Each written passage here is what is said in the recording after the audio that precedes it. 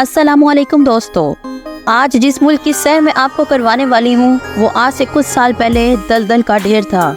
यहाँ के लोग इतने गरीब थे कि चूहे खाने पर मजबूर हो गए थे और आज हर कोई इस मुल्क में करोड़पति है। दोस्तों, इस मुल्क में करप्शन करने वालों को सजाए मौत दी जाती है और अगर आप खुदकुशी करने की कोशिश करें और फेल हो जाएं तो आपको जेल में डाल दिया जाता है। अगर आज ये मुल्क टेक्नोलॉजी पर काम करना बंद कर दे तो पूरी दुनिया का सिस्टम एक दफा हिल जाएगा। इस मुल्क के लोगों ने कौन से 3 रूल्स को फॉलो किया कि आज हर मुल्क इनसे अपनी तरक्की का राज जानना चाहता है और दूसरे मुल्क इस मुल्क की तरक्की के रूल्स को फॉलो करते हुए अपने मुल्क की तरक्की पर काम करते हैं। इस मुल्क के लोगों ने कौन से 3 रूल्स को फॉलो करके आज अपने मुल्क को दुनिया का अमीर तरीन मुल्क बनाया है? जी हाँ दोस्तों, हम बात कर रहे हैं सिंगापुर की। इसके अलावा सिंगापुर के बारे में बहुत सारे दिलचस्प हकाइक और हैरान कुन बातें आपको बताऊंगी जो यकीनन आपके लिए भी नई होंगी। वीडियो को शुरू करने से पहले मेरी आप लोगों से गुजारिश है कि मेरे चैनल को सब्सक्राइब कर दे और बेल आइकन को भी प्रेस कर दे ताकि हर आने वाली नई वीडियो का नोटिफिकेशन बर वक्त आपको मिलता रहे। चलें अब शुरू करते हैं सिंगापुर का एक शानदार सफर। दोस्तों, सिंगापुर एशिया का नंबर 1 मुल्क है। इसका official name Republic of Singapore है। मोनाको और वेटिकन सिटी के बाद ये एक मुल्क है जो खुद ही अपना कैपिटल है और खुद ही मुल्क है। इस मुल्क को सिटी ऑफ लाइन और या फिर गार्डन सिटी भी कहा जाता है क्योंकि यहाँ हर घर, हर बिल्डिंग पर आपको बेशुमार गार्डन बने हुए दिखेंगे। ये लोग बहुत ज़्यादा प्लांटिंग करते हैं क्योंकि इनका मानना है कि इससे माहौल खुशगवार रहता है जो सेहतमंद और खुशगवार ज़िंदगी के लिए बहुत ज़रूरी है। इस मुल्क की कुल आबादी 54 लाख और इसका कुल रकबा 734 मुरब्बा किलोमीटर है। ये मुल्क जनूबी एशिया में वाक़या है। इस मुल्क में मुख्तलिफ नस्ल और मुख्तलिफ मजहब के लोग आबाद हैं। इस मुल्क में हिंदू, मुस्लिम्स, मलाई लोग, क्रिश्चियन आबाद हैं। सिंगापुर में बोली जाने वाली ज़ुबानों में मलाई, इंग्लिश, तमिल और चीनी ज़ुबानें शामिल हैं। यहाँ हर मजहब के लोगों के लिए इबादत गाहें आपको आसानी से मिल जाएंगी। इस मुल्क में पूरी दुनिया में सबसे ज़्यादा हुनरमंद लोग शामिल हैं। इस मुल्क में बहुत ज़्यादा होटल्स, शॉपिंग सेंटर्स बहुत ज़्यादा मौजूद हैं, इसलिए यहाँ टूरिस्ट इंडस्ट्री भी बहुत ज़्यादा स्ट्रॉन्ग है। यहाँ पर आपको हलाल फूड भी बहुत आसानी से मिल जाता है। इस मुल्क में हर साल लाखों टूरिस्ट आते हैं। सिंगापुर टेक्नोलॉजी के लिहाज से बहुत ज़्यादा मजबूत है। हर चीज़ में आपको टेक्नोलॉजी का इस्तेमाल नज़र आएगा। पूरी दुनिया की मल्टीनेशनल कंपनीज के हेड ऑफिसेज भी इस मुल्क में मौजूद हैं। इसकी एक बड़ी वजह यहाँ पर सड़कों का बंद ना होना है और ना ही यहाँ किसी किस्म के प्रोटेस्ट की इजाज़त होती है। इस मुल्क में हर तरह से कारोबार करने वालों को फैसिलिटेट किया जाता है। इस मुल्क में महंगाई भी अव्वल दर्जे की है, लेकिन महंगाई के खिलाफ कोई एहतजाज नहीं करता क्योंकि लोगों को सहूलियात भी दी जाती हैं और लोग भी खुशगवार जिंदगी गुजार रहे हैं। इस मुल्क के फॉरेन रिजर्व में हैरान कुन हद तक इजाफा देखने को आया है। अक्टूबर 2023 की रिपोर्ट के मुताबिक $323 बिलियन मौजूद है। इस मुल्क की फीकस आमदनी $82,000 है जो पाकिस्तानी 20 लाख पर मंथ बनती है। इस मुल्क में किसी किस्म की नस्ल परस्ती नहीं है। इस मुल्क की बंदरगाह दुनिया की मसरूफ तरीन बंदरगाहों में से एक है और जनूबी एशिया के मुल्कों के लिए एक गेटवे के तौर पर भी यूज होती है। सिंगापुर बुनियादी तौर पर एक मुल्क नहीं, एक सिटी स्टेट है। यह मुल्क जदीद इंफ्रास्ट्रक्चर, सकाफत और सख्त कानून की वजह से जाना जाता है। सिंगापुर के लोग हम्बल नेचर के होते हैं। सिंगापुर में साउथ इंडियंस हर तरफ छाए हुए हैं। आप जिस भी गली या बाजार जाएंगे आपको इंडियन लोगों का सामना जरूर होगा। साउथ इंडियंस का मशहूर बाजार सिंगापुर में मौजूद है जिसे दीपावली बाजार कहा जाता है। सिंगापुर को हिंदुओं का दूसरा घर कहा जाए तो गलत ना होगा। इस मुल्क में 80% आबादी को नज़र के ग्लासेस लग गए हैं। इसकी बड़ी वजह यहाँ के लोगों का काम और बस काम करना है और ये लोग टेक्नोलॉजी पर बहुत काम करते हैं। दोस्तों, ये दुनिया का वाहिद मुल्क है जिसकी हर सड़क ओपन है, जिसके फुटपाथ पर साइकिल और व्हील चेयर्स आसानी से चलाई जा सकती है।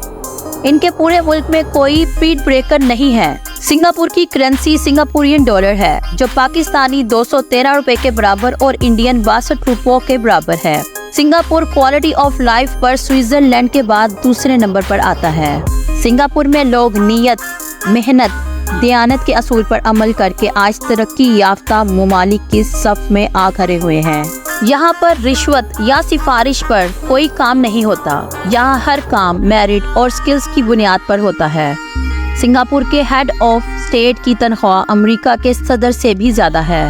فطرت سے اس قدر محبت کرتے ہیں کہ درختوں کو گود لیا ہے، ہر عمارت اور گھر پر پودے لگاتے ہیں۔ 70 منزلہ عمارت پر بھی آپ کو گارڈن نظر آئیں گے۔ سنگاپور کا بوٹینک گارڈن بہت مشہور ہے جو 1859 میں بنایا گیا تھا۔ اس کے اندر جھیل بھی بنائی گئی ہے۔ یہ بات عالمی ثقافتی ورثہ بھی ہے۔ سنگاپور کو گرین دبئی بھی کہا جا سکتا ہے۔ دوستو، آپ کو پوری دنیا کے ملکوں میں ہر جگہ ڈسٹ بن نظر آتی ہے، لیکن سنگاپور میں آپ کو ڈسٹ بن نظر نہیں آئے گی کیونکہ یہاں پر لوگ کچرا پھینکتے ہی نہیں ہیں۔ اگر آپ نے ایسا کیا تو آپ کو $300 کا جرمانہ ادا کرنا پڑتا ہے۔ اسی وجہ سے یہ ملک دنیا کا صاف ستھرا ملک ہے۔ اس ملک کی ترقی کا کریڈٹ اس ملک کے بانی وزیر اعظم کو جاتا ہے۔ دوستو، سنگاپور ہمیشہ سے ایسا نہیں تھا۔ یہ ملک 60 سال پہلے دلدل کا ڈھیر تھا۔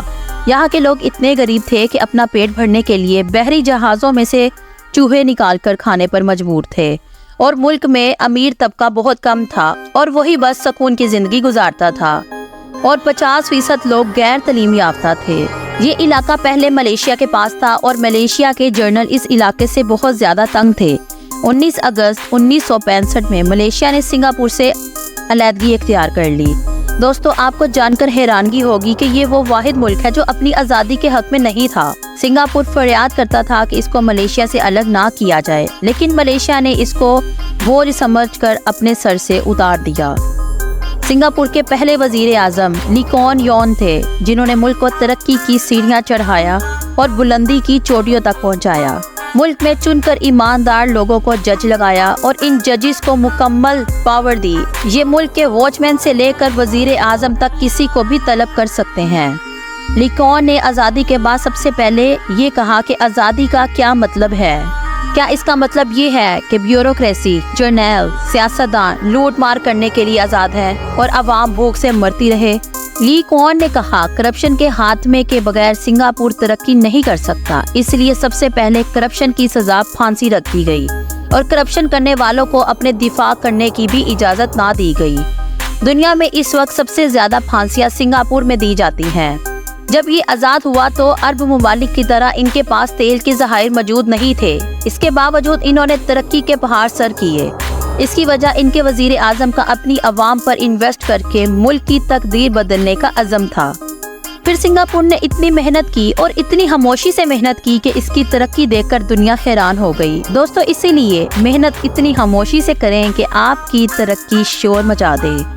لی کوان نے سب سے پہلے ملک میں گھروں کی کمی اور بے روزگاری کو دور کیا۔ ہاؤسنگ سیکٹر پر توجہ دی گئی اور جس سے گھر تعمیر ہوئے، اور یہی وجہ ہے کہ آج سنگاپور میں 90% لوگوں کے پاس اپنے ذاتی گھر موجود ہیں۔ اور بے روزگاری کو کم کرنے کے لیے ملک میں انڈسٹری لگائی گئی اور ایسی انڈسٹریز لگائی گئی جن کا مال ایکسپورٹ کیا جا سکے۔ تعلیم اور سکلز پر خصوصی محنت کی گئی۔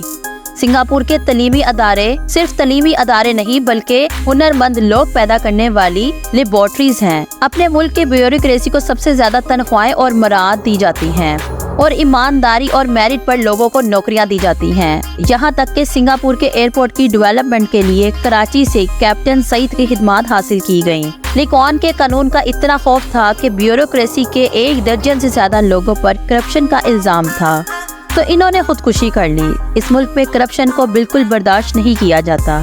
اس ملک میں ہر کسی کو مذہبی آزادی حاصل ہے، اس لیے ملک میں امن قائم ہے۔ لی کوان نے اس ملک کے انفراسٹرکچر پر بہت کام کیا، یہاں تک کہ پینے کا صاف پانی لوگوں کے گھروں کے نلکے میں آتا ہے۔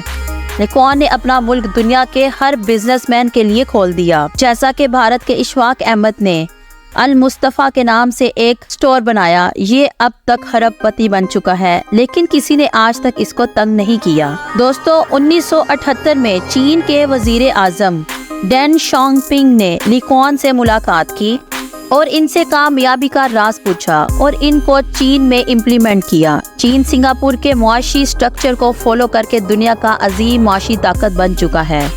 چین اور سنگاپور کی ترقی دیکھ کر یہ ثابت ہوتا ہے کہ جب تک ملک میں مساوی نظام نہ رائج ہو، کرپشن نہ ختم ہو، मेरिट को रोन दिया जाए और डिग्री वाले तलबा की बजाय हुनर वाले तलबा तैयार ना किए जाए, वो मुल्क कभी तरक्की नहीं कर सकता।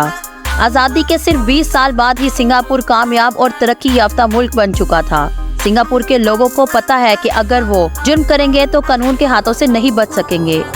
इस वक्त दुनिया का बेहतरीन तलीमी निज़ाम सिंगापुर और फिनलैंड चला रहा है। सिंगापुर अपने मुल्क की एजुकेशन सेक्टर पर 20 अरब डॉलर खर्च करता है।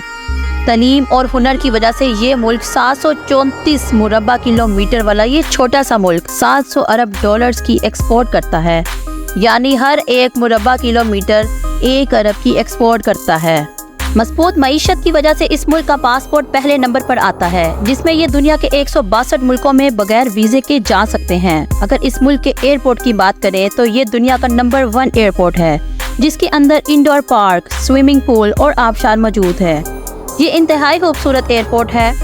और अगर इसके मशहूर मुकामात की बात करें तो इसमें Singapore zoo, botanic garden, Marina bar sand, Universal studio Singapore, garden by the bay, Chinatown, Singapore flyer, Sentosa island आते हैं। दोस्तों, अगर आप सिंगापुर जाएं तो इन मकामात को ज़रूर विजिट कीजिएगा। इस मुल्क के वजीर आज़म ने सिंगापुर को तरक्की की बुलंदियों पर पहुंचाने के लिए 2011 तक अपने फ़राइज़ अंजाम दिए और 2015 में वो वफात पा गए। इस मुल्क के लोग रूल्स को इतना फॉलो करते हैं कि 2020 में इनको फेस मास्क लगाने का कहा गया और ये लोग आज तक अपने मुंह पर फेस मास्क लगा कर बाहर निकलते हैं, क्योंकि ये लोग जानते हैं कि ये रूल्स इन लोगों के लिए बनाए गए हैं। इसलिए इस मुल्क में लोग मेहनत करते हैं और रूल्स को फॉलो करते हैं।